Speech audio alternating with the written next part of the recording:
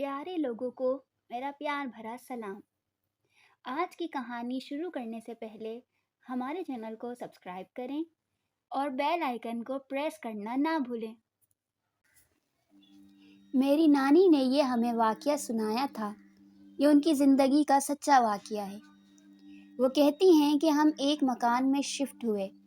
मकान कुशादा और हवादार था। सिर्फ एक खामी थी कि आबादी से ज़रा हट के था। ये हमें पहले वाले मकान से सस्ता पड़ा था, इसीलिए मेरे शौहर ने फ़ौरन ख़रीद लिया। हमारे 3 बच्चे थे।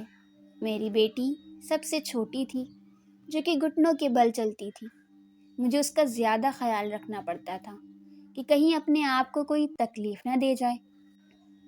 जुलाई की एक गर्म दोपहर थी, जब मैं सारे कामों से फारिग होकर बेटी को सुला रही थी। तब हमारा घर का मुकम्मल सामान सेट नहीं हुआ था। मैं आहिस्ता आहिस्ता सामान सेट कर रही थी। मेरा ज़्यादा वक्त सेटिंग में गुजरता, जिसकी वजह से मैं थक जाती थी।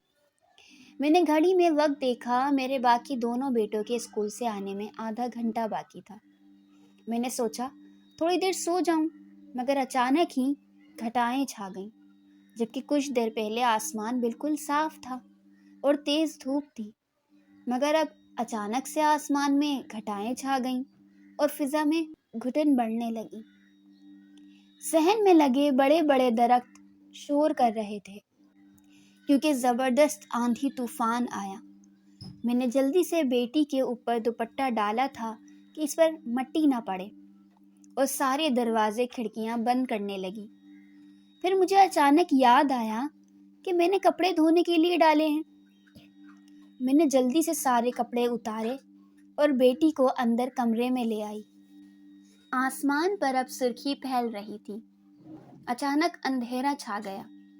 मेरे अंदर खौफ की एक लहर दौड़ गई, क्योंकि मुझे तन्हा होने का एहसास शिद्दत से हुआ। अचानक मेरी नज़र से सहन में लगी बेरी पर पड़ी और मेरी चीख निकल गई। मैंने देखा कि एक सुर्ख कपड़ों वाली औरत बेरी के दरख्त पर बाल खोले बैठी है। फिर एक ज़ोरदार धमाका हुआ। साथ ही मूसलाधार बारिश शुरू हो गई और मेरी बेटी धमाके से घबराकर ज़ोर ज़ोर से रोने लगी। बंद कमरों के दरवाजे खुद खुल गए।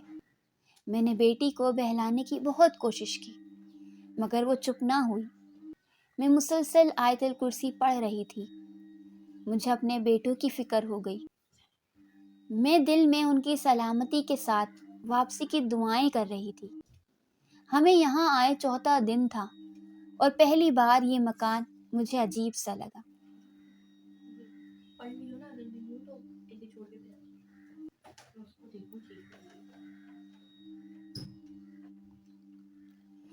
मैं इसको मौसम का असर और तन्हाई की वजह करार देती, अगर मैं अपनी आंखों से कुछ देर पहले बेरी पर सुर्ख कपड़ों वाली औरत को गायब होते ना देख लेती।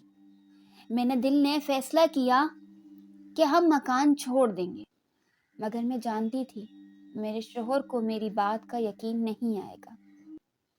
अचानक बारिश रुक गई और दरख्त झूमने बंद हो गए। दरवाजे खिड़कियां बजनी बंद हो गईं। बेटी भी चुप हो गई। मैंने चारों कुल पढ़कर बच्ची के गिर्द हसार किया। बारिश बंद हो गई थी, मगर अंधेरा बाकी था। अचानक मेरी नज़र बरामदे के दूसरे कोने में बिछी चारपाई पर पड़ी, तो मैं काँप कर रह गई। वहाँ पर बोने से कद की एक मखलूक थी। वो आदमी खाकी रंग की चादर ओढ़े, करख्त चेहरे के साथ खामोश बैठा था। उसके माथे पर हिंदुओं की तिलक लगी हुई थी, सुर्ख रंग की तिलक, जो बिल्कुल खून लगती थी। मेरे रोंगटे खड़े हो गए।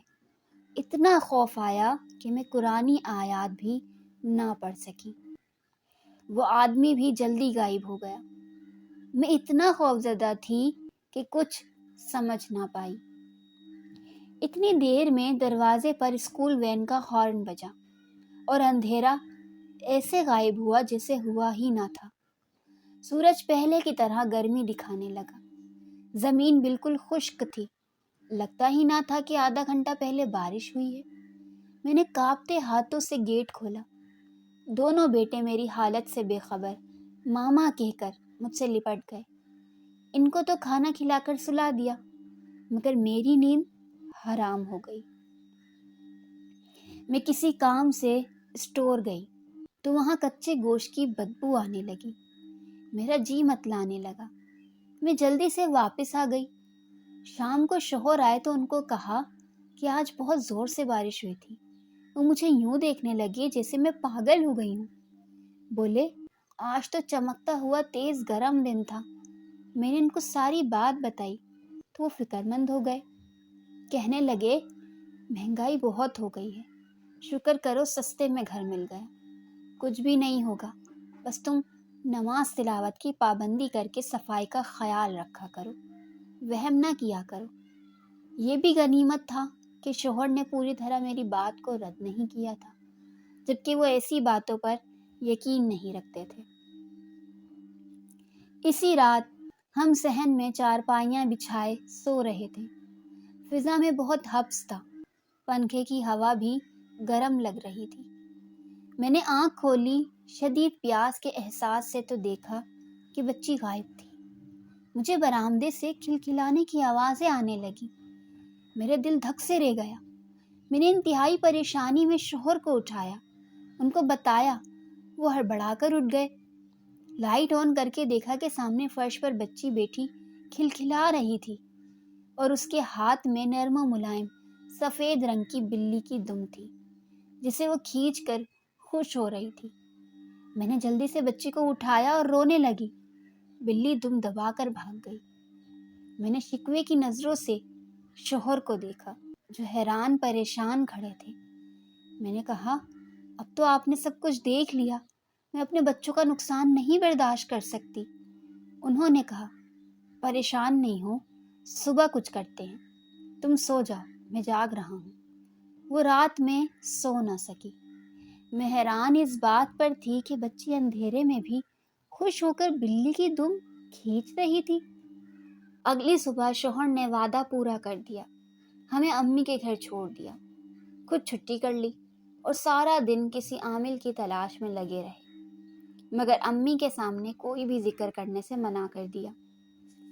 مجھے کہا کہ میں ساس سے یہ کہوں کہ گھر میں مرمت کا کام ہو رہا ہے جس میں 3 سے 7 دن لگیں گے۔ اصل میں اتنے دن عامل نے وہاں چلہ کاٹنا تھا۔ ہمیں اتنے دن چھوڑ کر خود عامل کے ساتھ اس مکان میں رہے۔ 7ویں دن وہ ہمیں گھر لے آئے۔ اس روز ہم نے مکان کو صاف کیا اور قرآن کا ختم کروا کر نیاز بانٹی۔ اب وہ گھر پراسرار اور وحشت ناک نہیں رہا تھا۔ بعد میں شوہر نے بتایا کہ بہت شیطانی اور جادوئی عمل تھا جو اس مکان میں ہم سے پہلے رہنے والوں پر اوپر کروایا گیا تھا۔ یہاں جنات کا بسیرا تھا۔ جو ہندو تھے، مجھے ہندو سے وہ چھوٹے قد کا آدمی یاد آ گیا جس کے ماتھے پر تلک تھی۔ میں کانپ گئی اور اللہ کا شکر کیا ہم سب محفوظ رہے۔ تو دوستو، آج کی ہماری کہانی آپ کو کیسی لگی؟ اس کہانی کو لائک کریں اور کمنٹ سیکشن میں اپنی رائے سے آگاہ کریں۔